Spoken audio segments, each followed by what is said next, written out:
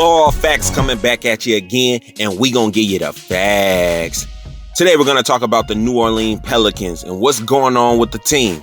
We're gonna talk about Gelo moving to New Orleans in hopes that he can make a connection with that organization through his brother, and the chances he has of them giving him a shot. All right, let's go. If you watch the Pelicans last game, you can see that the one thing they do need more scoring. And of course, they need defense as well, but they need someone to put points on the board. Brandon Ingram can't do it alone. Drew Holiday is out with the surgery. Zion is out. And with surgery, we got to see how long it's going to take. We do not know. They just give predictions. It could be that long or longer. And they were going to be the main people scoring on that team next to Brandon Ingram. Brandon Ingram has taken on the mantle to be the number one, and he's doing a good job. A lot of people are getting frustrated with Lonzo Ball because he's not being aggressive offensively, and people are frustrated with JJ Redick's last performance and even kind of this year, but, he may do better. That's just one game. It could have been a slump. He can come back. But he's supposed to be the sharpshooter, and, he's looking like the worst shooter out there. He was with 11% that game against the Warriors. But anyway, everyone knows LeVar's vision of all his sons being on an NBA team. It's no secret. It's been put out there many times. But all the NBA teams are like, that would be crazy to do because of LeVar. But don't think they haven't thought about it a little bit. And you know why? That's because all of these owners have a price. They love money that their team is generating for them. And they would sell their team for the right price if it was big enough. It's about the money. They don't love the sport. You think these owners really like basketball the way we do? It's not like that. These are people that made investments. They getting paid. Anyway, don't think they haven't seen the attention that the Ball family generates. Sports is entertainment. And in entertainment, attention equals money. But from what they see from LeVar, what he did at the Lakers, they're like, this man has enough power to destroy a franchise. People pay attention to him. And even though he's been wrong, he's been right so many times. So they think letting the Ball brothers on one team is just a big no-no for the NBA. But then the Pelicans go and get Lonzo. And the Pelicans are like, okay, so far, what? This is nothing like the Lakers portrayed it to be. This is nothing like ESPN personalities said it would be. They would always, them personalities on ESPN, they would be like, we like his sons, but we don't want to deal with the father, blah, blah, blah. Like he was a curse and a plague. And now New Orleans is like, wait a minute. These people might have been capping. These people might have been wrong about everything. And really, LeVar never just set up press releases and said crazy stuff and everything that people knows him for saying. The people actually kind of set him up, the interviewers, the news and stuff like that, the Fumble, ESPN. They would ask him questions and he would just be himself.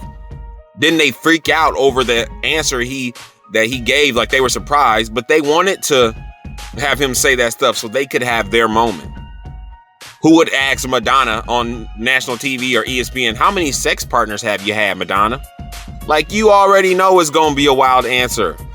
Then people would bash her for talking about promoting promiscuity. Now, you can't do that to her. They ask and they know. Or that's like asking Ice JJ Fish to sing for you. You already know what you're going to get from people with strong personalities, strong opinions that believe in themselves. Don't ask LeVar if Lonzo is better than Steph Curry. The man believes in his sons. What do you think he's going to say? Stop it. They say, oh, he's a wild card. He just says crazy stuff. He don't go around saying it. Y'all asking him stuff, looking for it. You know what he thinks. The Pelicans aren't blind. They see it now. They see what's going on. Plus, what what else they see?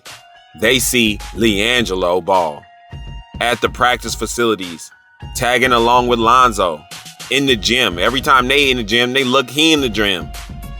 Sometimes by himself, sometimes with the trainers. Working out in the weight room, in the gym, doing drills, shooting. They see his dedication. They see his consistency. They see his persistence.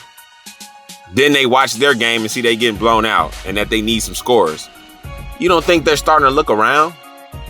You don't think in these meetings, a few of these guys are sitting there with their brain starting to turn like, but no one wants to say it.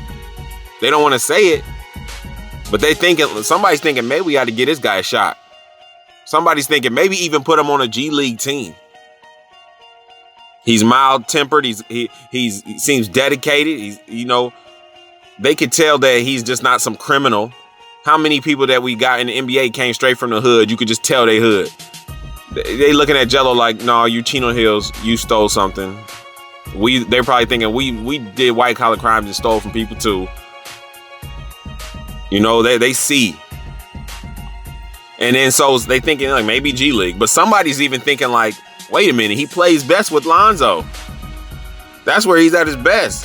He's the muscle in the family. He brings the grit that Lonzo lacks. He's not afraid of contact. He'll shoot, and if he gets you on a pump fake, he will take it in. He will drive. Let me ask y'all something. What do the Pelicans have to lose while Drew Holiday and Zion Williamson are out?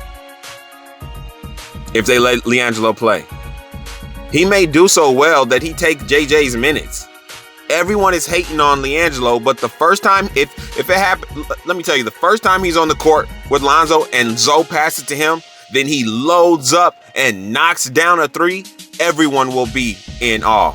They will feel the connection that the brothers have, and they will even see Lonzo come alive. When he knocks that down, bang, a lot of mouths gonna stop. Why do y'all hate on Liangelo's game so much? Like he won't be able to make a shot in the NBA. Like he just won't be able to make a shot. Don't y'all know he will make a shot? Then after one comes another? It's not that complicated. It's simple. He can make shots in the NBA. And he can stick defense just as good as JJ Redick. He can stick defense just as good as Kyle Korver. Just as good as Jared Dudley. Y'all gotta get real. Stop. He can run. He's too big and slow. He can run. That man been running, playing the whole game his entire career. He even played entire games with his bad ankle. Full court press. Fast-paced basketball. What are y'all thinking? I want people in the comment section to name names of NBA players that Gelo is better than. So put the name and then the hashtag better than. Because it's a long list. Liangelo is there in New Orleans and he's ready. The New Orleans Pelicans need someone of his description. What he can do. LeVar has no interest in messing anything up. You're going to get so much press and money off connecting the two Ball brothers in the NBA. So much press, so much jersey sales. In case people thinking like, okay, in case he doesn't do good, let me get this jersey for Liangelo. Because if I get the Lonzo, Liangelo, and later LaMelo, even if Liangelo don't make it, I'll have all three. So you're going to get that. You're going to get some wins. Have a meeting with LeVar and ask him politely not to say certain things. It can happen, y'all. Especially if they want LaMelo. Then they know they would have a better chance at attracting him there. Anyway, like, comment, subscribe. Hit that notification bell. Ball facts again. Let me know what y'all think in the comment section. Peace.